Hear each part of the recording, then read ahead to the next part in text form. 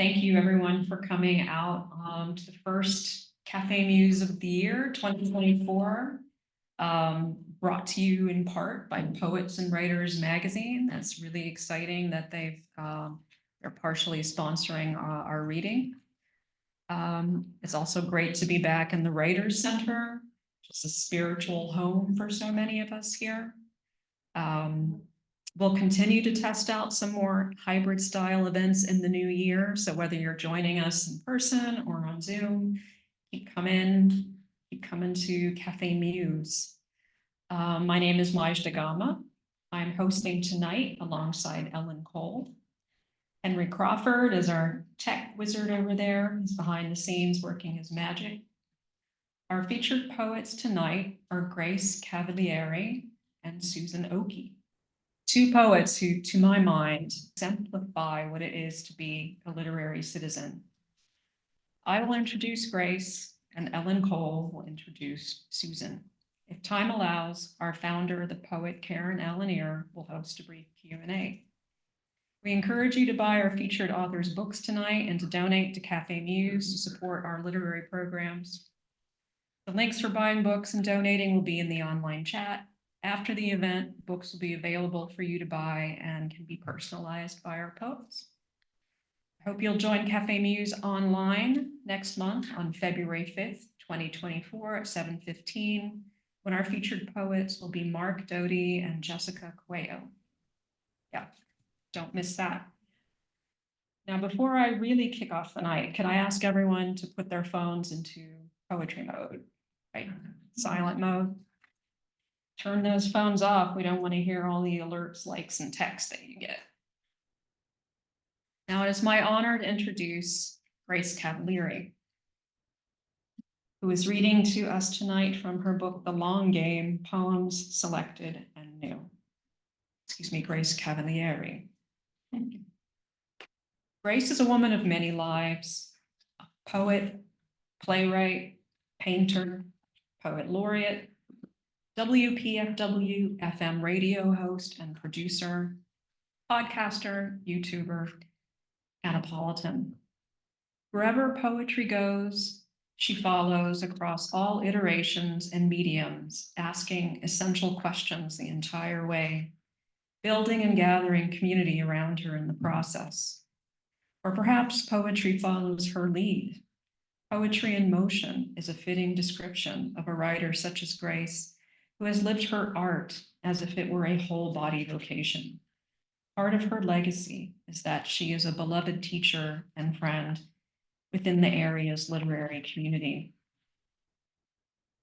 With a lifetime of her poems to choose from and new poems to hear tonight, I'll just touch on a poem, how a poem set by water reeled me in, the presence of the element, so tangible and clearly second home to the poet. She writes in The Picnic by the Ocean, "The octopus offers me one of his three hearts, briar and holly for friendship, the second and third, saved for times of longing, times of loss. A strange romance, I admit." This rich, compressed poem weaves braids of the domestic into fable through language and leads to a breathtaking, open-ended image of the speaker standing in water, her wool dress unraveling. In Grace's poem, we accept that the rules of nature are familiar, yet not as we've known them.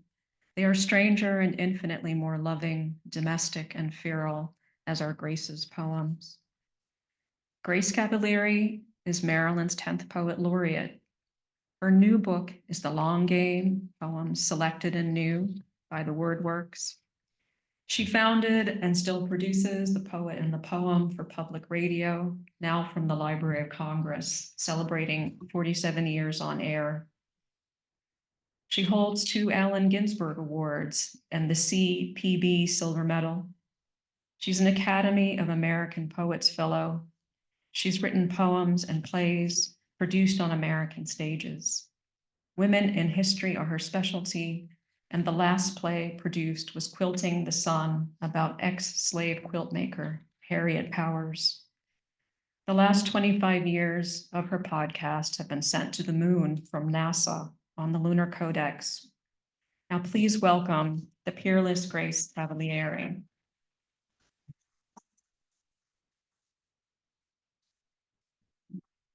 I am very grateful to you, very grateful.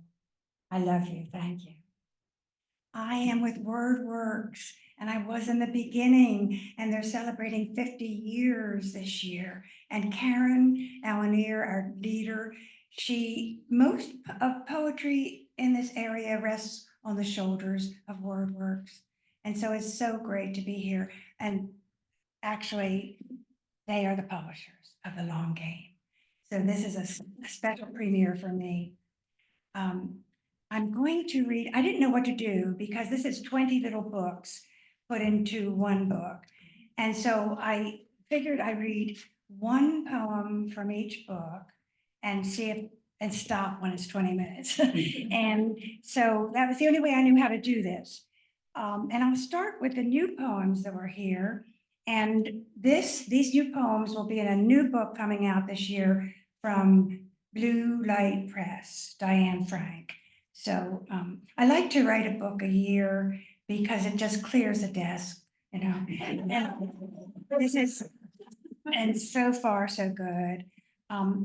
This poem was commissioned as poet laureate. I had to do some occasional poetry, which I love. And the new library in Annapolis had a brand new opening, and I wrote this poem for that book, that library. It's called This Book. And the epigraph says, and the best of all ways to lengthen our day is to steal a few hours from the long night. That's Thomas More. This book is a window into sleep, where all dreams wait to come alive, where voices in nature live to be heard.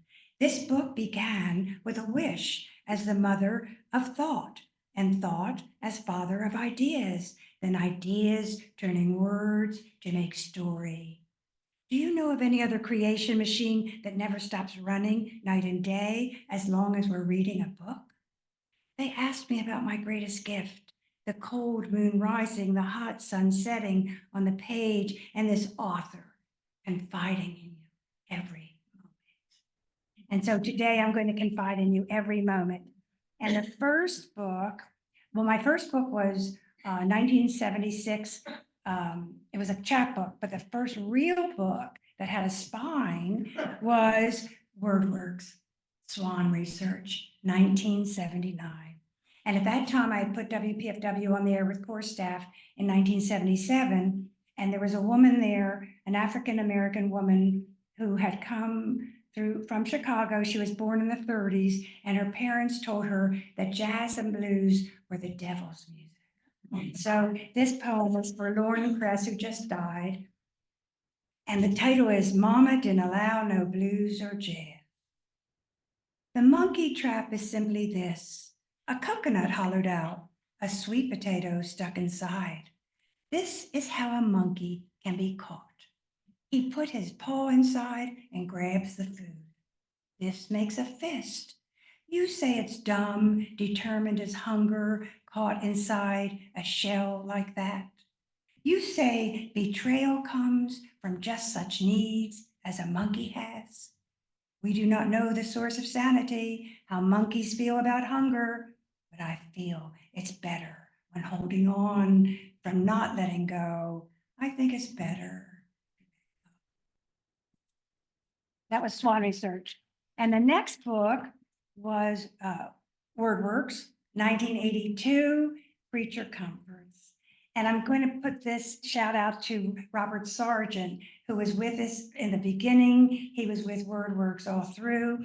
And Robert and I have a history because when I started the Washington Writers Publishing House, we had all these books and nobody didn't know what to do with them. So we had the drop and split method of distribution. So Robert would double park in front of a bookstore, and I would go and put all of our books on the shelf, and then I would get in the car and we'd speed away. And we sold a lot of books. Of course, we didn't get any money, but that's the history, isn't it, of poetry? We didn't care. So this is called Points in Space for Robert Sargent. How shall we travel together?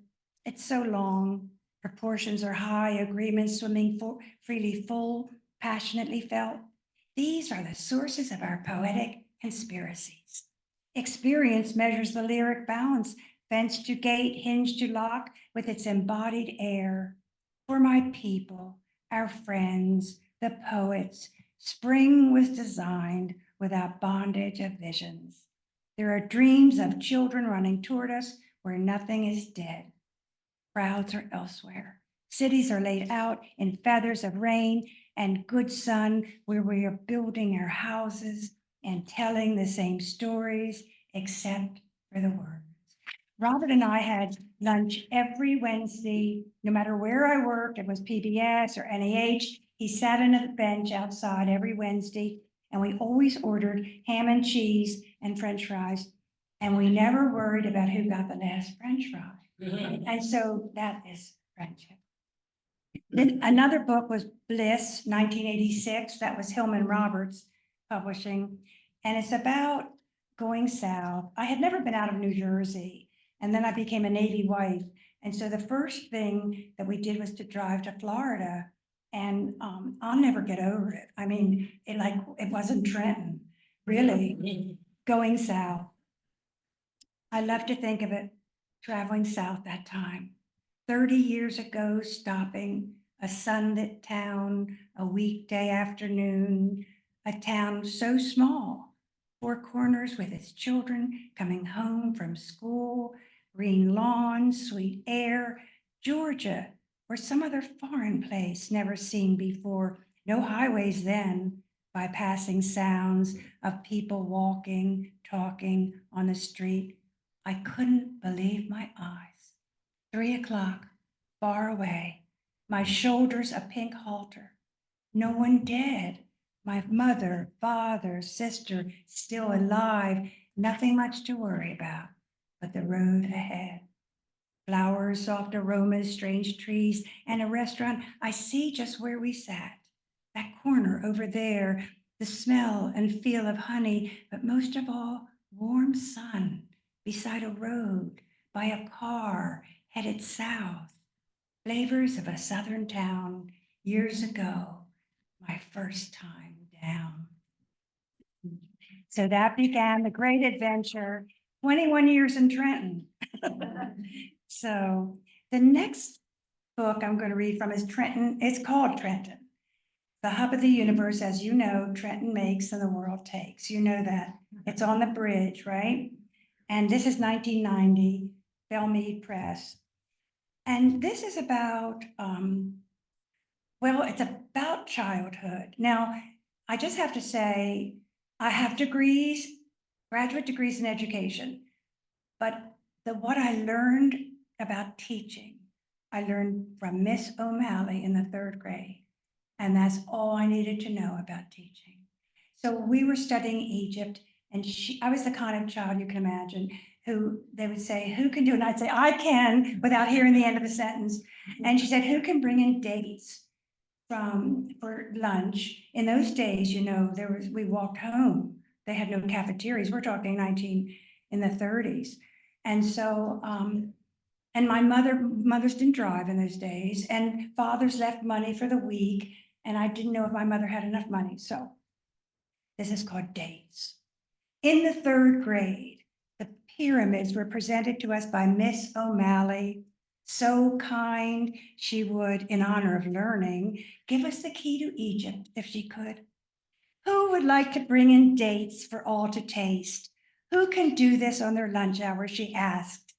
Naturally, I, who could not imagine how, said I would, and like a child with enough money to spend, ran home with only 1 hour to ease my dear mother, who probably had little money in the house, yet who bravely asked, shouldn't you buy 2 packages for the dates? I said, no. Love and fear divided my mind between an ocean of children and my mother's troubled face. 1 package is all I need, I lied. Someone will bring the rest. 8 dates for 20 children, which would taste so sweet. Miss O'Malley, always kind, cut the tiny squares, and I kept interrupting, hoping they wouldn't notice. After all, there wasn't water in the land of pyramids, was there? And not too many trees, probably hungry people, and small rations there as well. That day, every one of us was a reflection of the other. The children who ate their portions, the mother at home worrying about her daughter's gift, the child thinking about her mother's face, and Miss O'Malley, who kind and earnest taught us all about a hardy people in an arid land who gave what they had and could give nothing more. I love her to this day. New and selected poems came out in 1993, and I forget who, Vision Library published that. And in that are points on the meridian. I have been in acupuncture for since 1980, and each of the acupuncture points are so delicious. There are things like, oh, wait a minute. This is called heart correspondence. Okay. This is the, oh, they have beautiful names. I'll tell you about them later. Heart correspondence. I take the tea. We place the cups side by side. The handles are turned. Mine is on the right. You put the honey in, I stir it. I say, is there enough? You add more, a little milk. No cream, I say, more honey. You stir it. I stir it again, absent-mindedly, like living twice with its love, which has no need for memory. I had a very long marriage of 60 years, and Karen was there most of the time. 1995, Vision Library put out Migrations, which was about children, losing children, guilt, inadequacy, all the good things, that aren't on the Hallmark cards. What it's really like. I was a career woman and I always had guilt when I was working, it still goes on. And everyone's fine. They all came out fine, but I still worry about not missing homecoming sometimes and different things. That I was at PBS and I was all over the place. And so this was a great work that was done with a composer, and then it became an opera. And once it was presented at Franz Bader, I think you were there, Karen, 1980, 95. One of the poems is called Season. Why don't we take what's offered us and ask for nothing more? Even now, as I lose parts of my personality, and the children who would rather have served themselves all along move out from the center and are gone, while the tree senses its drought and drops its acorns. The next, that was a fabulous thing, Migrations. The music was by Vicky Rudo. 1995, did anybody remember Red Dragon Press? Yeah. Well, she did this chapbook called Heart on a Leash. Okay, my husband's mother was a psychopath, and he was her only son. And I was in college and engaged to him. Actually, I got married in college, and he was in the Navy. And so my mother-in-law to be said, let's drive to Corpus Christi and see Kenneth. Well, my parents thought she was a grown person, so they said I could go. But what they didn't know is that she had agoraphobia and she couldn't drive over bridges, and I couldn't drive. Italian children did not drive until they got married. So we didn't know this. We used to give a guy $1 in a bar and he would drive across the bridge. We could have been murdered a million times. This is called Driving South to Corpus Christi for Harriet. I found you couldn't cross the bridge at Chain of Rocks in Mississippi.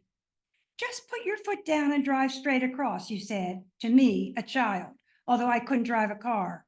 Push the pedal down and just go straight ahead, you said. I did, until the next bridge rose high and narrow steel, where we stopped and went into a bar to give the man $2 to drive us in our car. You abandoned your son as an infant, and he abandons you now to old age. Since you are dying and taking too long about it, I think I know why we can't go on. I'm praying with my foot down on the pedal, too far away to hold your hand. Go ahead and close your eyes and don't look down. I'll take over now, or I'll go in and get the man. She was a piece of work. In 1999, I had Argonne House Press. Do you remember that one? Oh, yeah. Yes. They put out my chapbook, Sit Down, Says Love. And this is the one with the Meridian titles. And no, this is the tarot card one. Just settle down, everybody. Calm down a minute. This is tarot cards, which I actually do quite well. And so they are great. You know, the Empress is tarot card 3 and the Fool is tarot card 0. And this is tarot card 6. It's called the Lovers. Having loved me when I was young, and now when I am not, you are twice blessed for giving a rich person a gift. In no one else's dream but yours, I will be the old lady wearing a white straw hat with a red satin bow who says, thank you.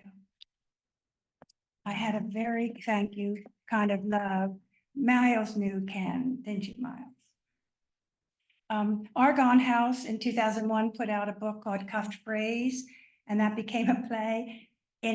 We premiered the play in my living room this year. I had a group of salon readings, and Cuffed Phrase became a play this year.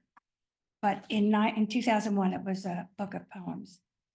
Well, when I was teaching at Antioch, I imagined what it would be like if I put certain people in a group and gave them all the same words and saw what happened and what they did with it. So I would give them each 10 words, and you can imagine the miracle that it was inimitable. Each one came out with completely different things. So we still do that. We have a 10-word group. 50 years later, I still have a 10-word group. So I gave myself 10 words, and they were like fire, fish, heart, I don't know. But this is what came out. It's called Morning Poem. Each of us has a pond. Mine is deep. I sleep beneath water in a silence so clear, the bloom of desire melts for me. Lightning turns fire to the water of pleasure. Fish are jumping in my heart. No, they are real fish, dreaming of me. No, it is not a dream. This is a real heart. So those 10 words, just throw them up in the air and look what they do. As you all know, I love Anna Nicole Smith. And in 2008, Goss Publications produced my book about Anna Nicole Smith. And you all know she was the bimbo that married the 90-year-old guy and died of an overdose. But I loved her, and I knew what she could be. And my play in New York vindicated her, and she got everything she wanted. Because as I say, writers don't make any money, but we can change the narrative. And she's very grateful. So I'll just read one poem. Although I portrayed her as she was, sending a thong to Katrina to relief, she was unusual, but under this book is exploitation, as you can imagine. This is called Undressed to Kill.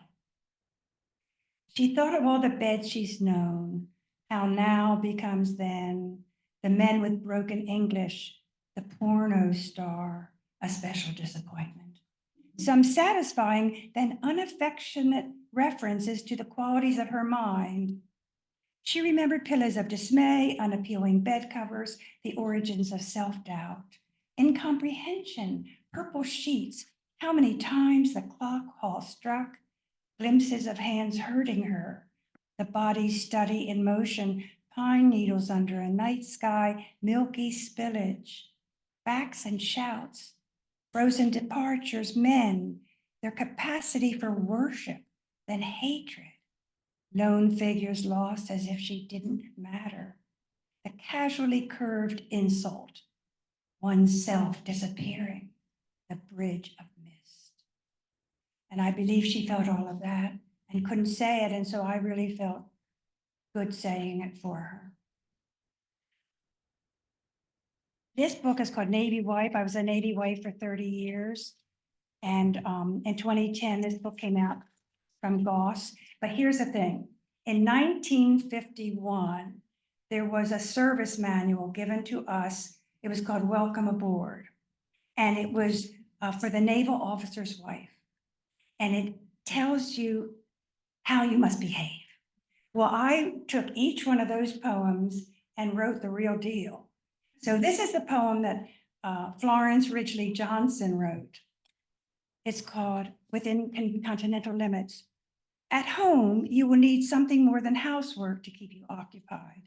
If you know how to sew, this is a good opportunity to make clothes you will need for the next season without being interrupted to cook lunch or find a color ornament for your husband. And this is a good time to knit or crochet and do needlepoint, and an especially good time to catch up on your correspondence. This is when the men are at sea, okay? You will need some recreation. Perhaps you might want to study. If so, work can be combined with pleasure. Take a course in language, sewing, weaving, pottery making, bridge. There's always local sightseeing. You can take motor trips to nearby places of interest. There are 1,001 ways to fill in time enjoyably during the cruise. And here's the deal. It's called Casualty Assistance Officer, Whidbey Island, Washington. We were always afraid of that officer coming to the door. The knock on the door was not for me. The officer in dress blues with his hat in his hand was the angel of death we never wanted to see. The knock on the door was not for me. It was for Carol, the beautiful tan blonde in the white linen dress, the one who played tennis and held her hands. It is her house we are in now. Every one of us pressed up against it, making coffee, taking in the children. Each of us stunned into motion, trying to fill the hard plains of separation beyond what one could see. The knock on the door for me. Okay, I have 2 minutes, right? Okay. So I'm going to end with Jan's my timekeeper. 1952, the first picture I had of Ken in 1952, I still have it. There you are, there you sit in the open cockpit. There you sit in the open cockpit. I never saw such a smile. Goggles pushed up on your head, shoulders harnessed with a parachute to keep you safe. This would be before you were on 9 carriers, before exile to Vietnam, before your children surrounded you like stars waiting for your kiss, before the autumns of our lives, before there would be no autumns, before I said, don't fly away, before you would become someone else, then back again, before there would be so much sun outside without you, before the winds were light and variable, before you'd sit on the front step every time I went to the store waiting for my return. There you are, sitting in a cockpit of an SNJ, smiling at me for all eternity in a moment that could not last, cleared for flight, everything in the whole blue world ahead of you. Thank you.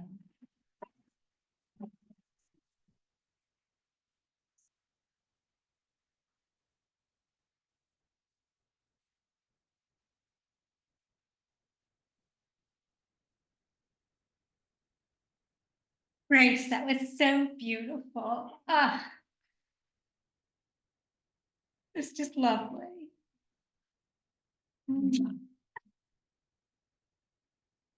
Hello, everyone. I'm Ellen Cole, and I'm going to be introducing my dear friend, Susan Okie. Susan is one of our own here at Café Muse. She was one of the co-hosts for 8 years. And it was Susan who invited me to be part of the co-host gang. So I'm grateful to her for that. Susan's debut poetry collection, Woman at the Crossing, was published this past fall by Off the Grid Press. It was chosen as the winner of their annual contest by poet Marianne Baruch. Susan's poems have appeared in the Gettysburg Review, Prairie Schooner, Little Patuxent Review, the Bellevue Literary Journal, Journal of the American Medical Association, Cider Press Review, and other journals. A chapbook, Let You Fly, was published by Finishing Line Press. She's been featured on Poetry Daily and was the winner of the 2012 Bethesda Poetry Contest. And Susan's accomplishments don't end there. She's a medical doctor with 20 years spent as a reporter for the Washington Post covering science subjects. She told me that when she first began, she was writing about the epidemic of the Legionnaire's disease. I'm sure I read those articles, and I'm sure many of you did too. After she left the Post, she became a contributing editor of the New England Journal of Medicine, and then returned to the Post to review books on medical topics. And in recent years, she's worked as a volunteer MD in a local clinic serving patients who don't have medical insurance.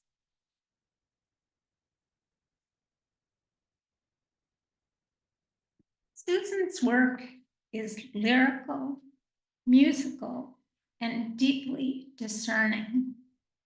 Reviewer Garrett Hongo says of Woman at the Crossing, the poet is possessed of mind-wide lines of tension, a subtle music interfused within each line that shows a lavishness in description and memory. And Marianne Baruch writes, steady, surprising, lit with human tragedy and wonder. The poems, both nuanced and troubled, do what poems do best. They keep opening, they win our trust. I'd like to add that the poems in this book are replete with compassion for patients, including the one who hid beer under his hospital bed, for a street kid who tried to swap a slingshot for her young son's plastic truck when she and her family lived in Kenya while her husband did research on malaria. For 2 aged Tia Abuelas, and if you speak Spanish better than I do, please forgive me, in Mexico, relatives of her father, and most difficult of all, compassion for herself, her own aging, her difficult relationship with her father. In a beautiful, gentle poem, Cucumber, written for a dying friend, Susan writes, in you, comadre, while I looked away, swam and sang. Death swelled, swallowed. It took your voice, your hunger, its invisible body balloons around your bird bones. Its long green shadow lies on you. Let me stop here and hand the mic to this wonderful poet so she can read her own words. Susan Owens.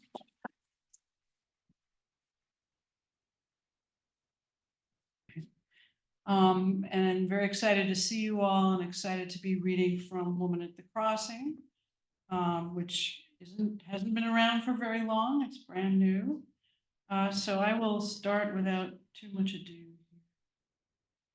I wanted to start with a poem which I dedicate to Stanley Plumley, who was a teacher for some of us here at the Writers Center. Very important in my life and for all of those who I think studied with him. And this poem also takes place in Chincoteague, Virginia, where Walter and I go down and spend a lot of time. So it has sort of beach scene, and it's a place that really feeds my writing and my soul in general. The black dog wakes us with fish breath. She found a ripe one in the muck on her first dash. She reeks of it. Drunk on the smell, she sneaks out, runs full tilt up down the wet lawn. Over my head, 2 Canada geese pass, honking, creaking. The wind's picked up, but can't drown the roar of waves from the barrier beach. The surf will reach 6 feet tonight. Down by the channel, birdsong carries. I can hear willets piping on their nests in the marsh on the far side. My teacher died last week. He told us, come to the page with a full heart and an empty mind. He'd walked the paths where Keats walked in Hampshire when the poet wrote his great ode to the dying season. He'd hoped to work at his desk till fall, revised as he watched the leaves turn, recalling elms, crowns of airy dreams. But it's April, the leaves still in bud, everything swelling, opening. From a near pine, a mockingbird carols. A flock of peeps skims the water, looking to land on an oyster bar. A dead fish is cause for rejoicing.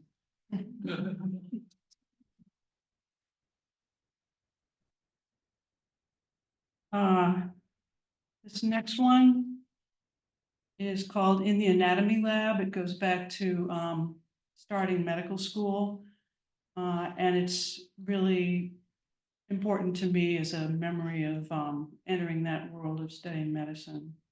In the Anatomy Lab. That night I unwrapped only her right hand and sat probing to free the lovely network of cables in her palm. Some impulse made her give her body. I didn't know her name or one thing about her life.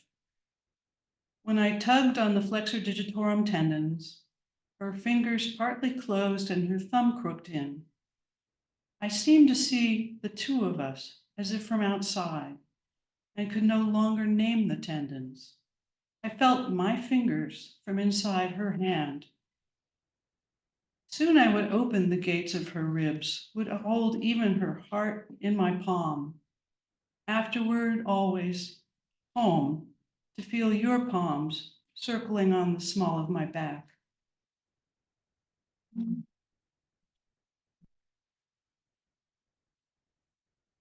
You heard that we went to Kenya. It was a incredibly life-changing 3 years, lived there. But early on in our arrival in Kenya, there was a shocking event for me. I'm going to read this poem. It's called The Rains Begin in Western Kenya, 1991. All through the dry season, I swallow my tears. I don't sleep, eat without tasting, wander the house without seeing my children. Across the Atlantic, my mother has died. Tunes from the Requiem of Mozart sing day and night in my brain. On the morning the air tastes different, a wind rustles, ignites scarlet blossoms on the flame tree as if to burn the branches to ash. Giant toads appear like stones, stick out their tongues at the sky. Night, thunder, waterfall of rain. From the lake, flying ants rise into the sky over marshes. Villages drop into the mouths of toads, dogs, children. Fill everything that is empty.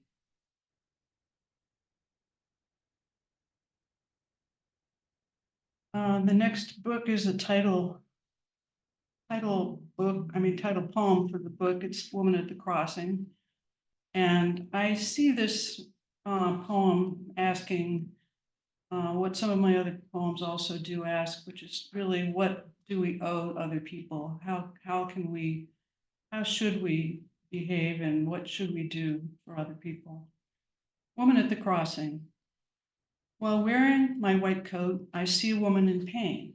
I ask about her life, touch her shoulder, listen to her heart, order an X-ray.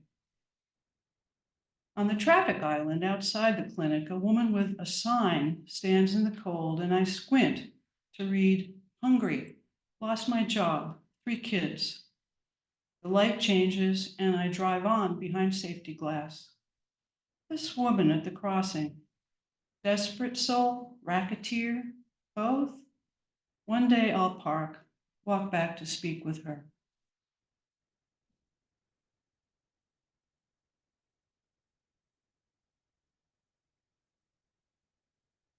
So my favorite poet, probably a big influence, is Elizabeth Bishop.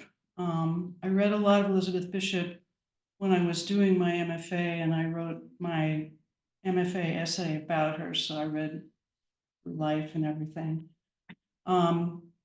This poem is about an event when she was a child in Nova Scotia. She was her father was from Nova Scotia, I believe, or maybe it was the other way around. Her father was from Massachusetts and her mother was from Nova Scotia. But her father died when Bishop was a baby, and she and her mother moved to Great Village, Nova Scotia, and lived with Bishop's grandmother and other relatives. But Bishop's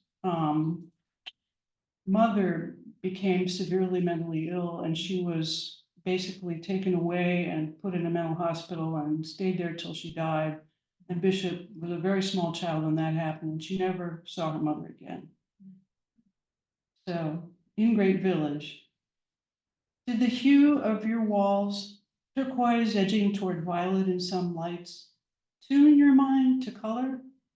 Taller than wide, top of the stairs, your own space in grandmother's house, filled with aunts, an uncle, the baby who died that first winter. Voices at night, steps up, down, boots knocking off snow on the scraper by the door. When she was all right, your mother read you tales of Anderson, showed you dresses she admired in magazines. Her perfume stayed on your pillow, her black and white striped skirt whispered as she went out. 2. At sunset, you'll take the dirt road toward the bay. Near the crest, a fox will come out of the grass and look at you, orange-brown against the red clay. You will keep walking until you can see his whiskers, narrow gaze. When he vanishes, you'll tiptoe, shoes scuffling on pebbles. Pastures will fall away. The tide will rush over its red bed, a tongue blue of sky, gold of cloud. You'll look until you disappear in the colors. Once the fox will scream, send you running home, crying, so you can't say what scared you. You've heard the sound before in your grandmother's house.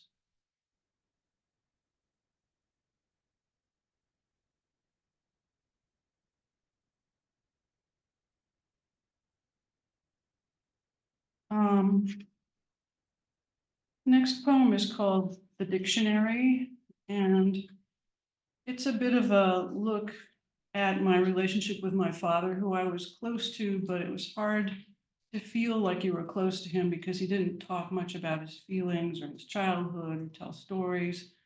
But this was a way that we did relate. It's called The Dictionary. Profluvium, a flowing out. Massive, mustard colored, too heavy for a child to lift.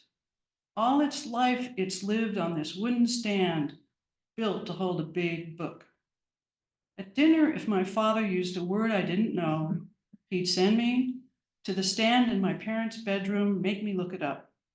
So thin the pages, yellowed now, so small the type, so difficult to spy the word, hiding in a field of text.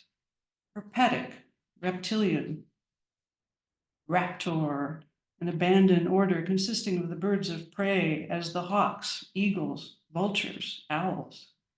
Once seized, I'd carry the definition back to the table.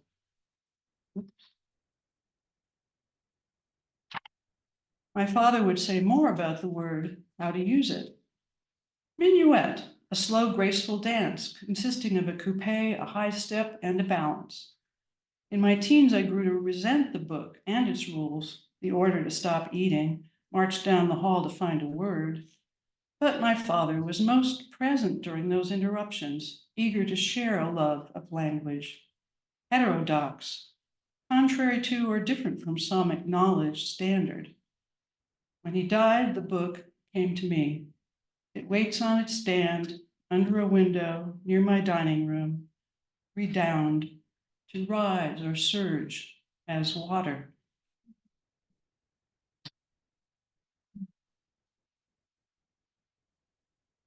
Um, my best friend in high school, you may not believe this, but it's true, was Sally Ride, who became the astronaut. And we had things in common. We were really interested in science. We loved our science teacher who taught us human physiology, which was a rare thing that you could, most places don't have that at a high school, but this woman had been a scientist and she had left her job and came to be a teacher. Sally and I were in a carpool together. We spent a lot of time together. We stayed on the phone together. And as you may know, she was also a person who didn't necessarily open up to everybody. So this is called Within Bounds for Sally Kristen Ride. When we met, a blade flashed in your eye. Some signal made of light passed through my body. Your father made you wear a tennis skirt for matches. You cared only to move, connect, smash. I'd tag along to watch you explode, chase down a drive, wham it, backhand.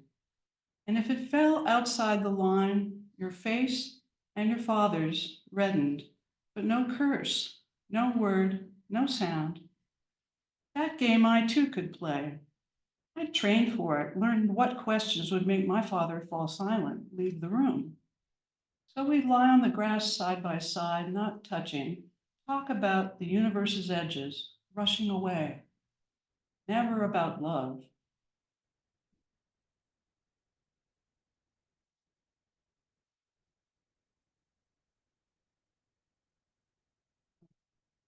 Timer here.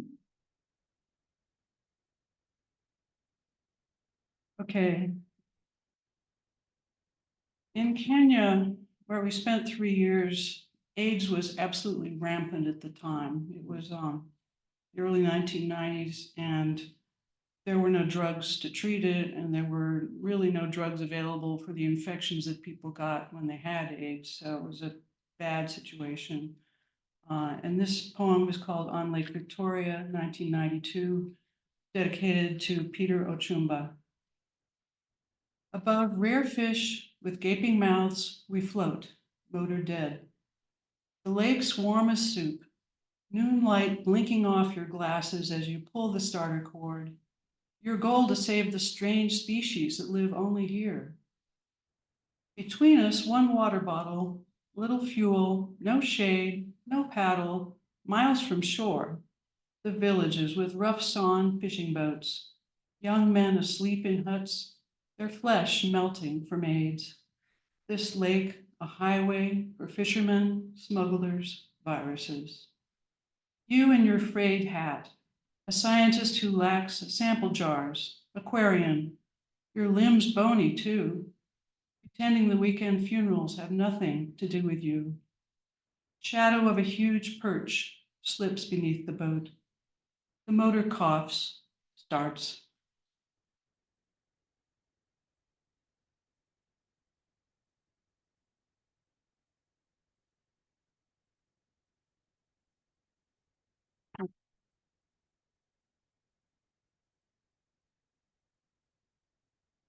Okay, I'm going to read a medical poem. This is about a patient, or an encounter with a patient that I had here, volunteering at the clinic. And that's all I really need to say. The new patient. Old man in your loose shirt, hooded gaze that says, look elsewhere. I see you. Don't I? Grasping your cane, clear eyes, white fuzzy hair, but your edges blur, disappear. On a desert road, I met a coyote, fur like a beaten rug, the color of drought. He never slowed, and with a cold eye, stared me down, dared me to watch him lope past. I looked away, walked fast. You've got his look, his camouflage coat. It's your legs bringing you in. You have to throw a leg out sideways from the hip to take each step. How long has this been going on? Below the knees, you're numb, heart racing, ribs sticking out like chicken wings. The more I ask, the more you look away. You've got a daughter in the city. Once in a while she calls. You're fine alone, have been for 30 years. Drink? Brandy to sleep? You spread your fingers, show me the depth of a good swig. In your glance, something reminds me of my father, how he'd fend off questions, never let me in. You're sicker than you know. I tick off blood tests, talk past you to the nurse, who'll call you, maybe get you back. But I can feel you weighing whether coming here was such a clever move. Better to turn off into thorny scrub, blend in, pretend you never saw me.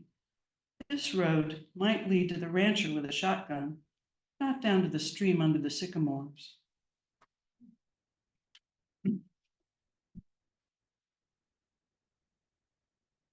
Well, I'm almost to the end. I want to read, I have a number of poems about motherhood that I haven't really read tonight. There are too many to read, but when we were in Kenya, as in other places, even at home, I had help with people watching my kids, and we had a nanny in Kenya, we had a nanny at home.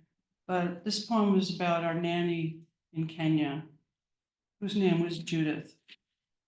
Judith, growling the mother mockingbird, a sound unlike her usual, more like a raccoon with rabies. She launches herself from the railing to chase crows, sparrows, anything alive and close to her nest, even me practicing yoga on the deck. When we moved to Kenya, I'd dream of green mambas biting my boys. For a headache, I'd drive them to the hospital. Sure, it was malaria. Sometimes it was.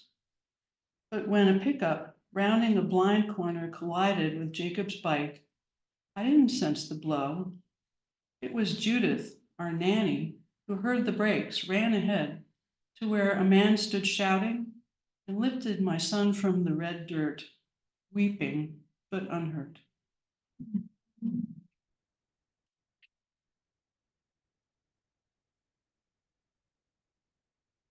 One more, okay. This will be the last.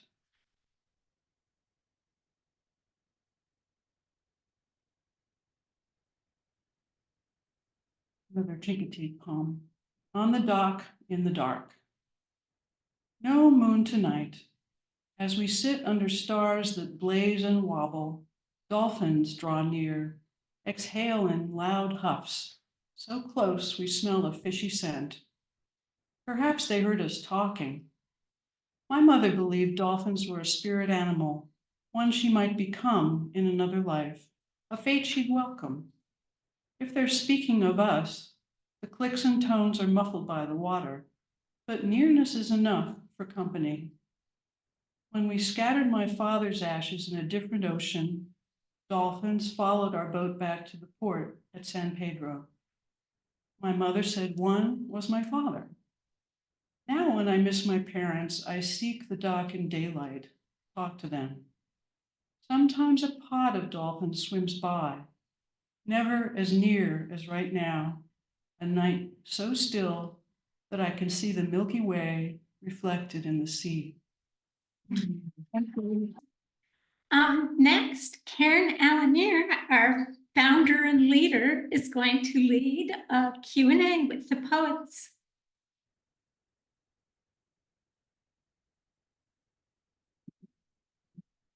Good evening. It's going to be a short Q&A, and it's going to be a very creative Q&A. So hold on to your hats, dear readers. What poet out in our landscape, if you could pick your own literary father, who would you pick? I know that both of these poets have poems about their fathers. I don't think Grace really read anything about her father tonight. Yes, but I know that you have a lot of poems about him. So any volunteers to go first? Maybe you, Grace? I would like Robert Pinsky. Can you come to the mic and just say why? Robert Pinsky was poet laureate at the Library of Congress for 3 years. And he went around the country and got everyone to tell them their favorite poems, you know, shoemakers and soldiers. And Robert has an integrity about him that I had none of the other laureates behaved exactly like he did. He was just squeaky clean. He was just always on time. He was just generous and brilliant. And he just makes me feel safe. So he honors what everyone else does. So he's a big fave of mine. I have other guys I like too. Well, I thought that was a terrific answer, Grace, and I really liked hearing your reasons why. Having met Pinsky up close. I mean, because he was a formidable guy. So you pick somebody who is not just an easy person. You couldn't just get what you wanted out of him like that. But you did. And now I invite Susan to come up to the mic and tell us what she thinks. It's hard to really choose, but I was thinking about W.S. Merwin, whose work I really love. And actually, that poem about talking to your parents on the dock in the dark, it's sort of the idea of doing that came from a Merwin poem that I read about having to, about talking to those that you've lost. I just think that, when I first read one of his early books, I thought, oh, he's this rich guy who must have been sent off by his parents to go live in France and learn the language and everything. But in fact, he wasn't, and he had a different background than that. And he's such a varied poet. I really love his work, and I would have loved to have met him and had a chance to talk to him. Thanks.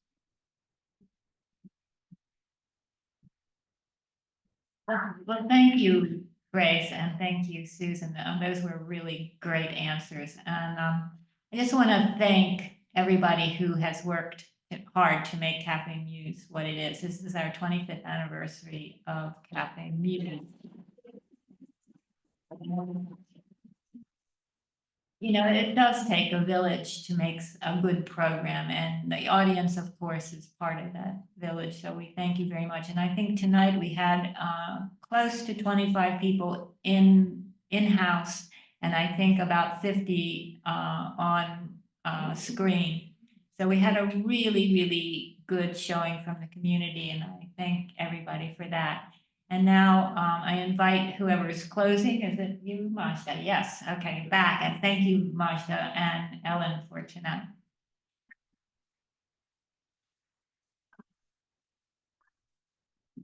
Well, thank you everyone for coming out to the first Café Muse of the year. Thank you, Grace. Thank you, Susan, for the poetry.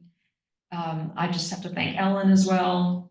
And I just want to remind everybody that the next Café Muse is February 5th, 7:15 virtual, Mark Doty, Jessica Quayo.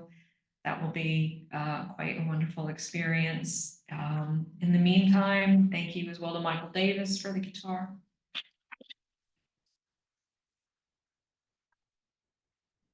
And I think that's a wrap. Everybody get home safely and may the muse strike you when you need the muse to strike.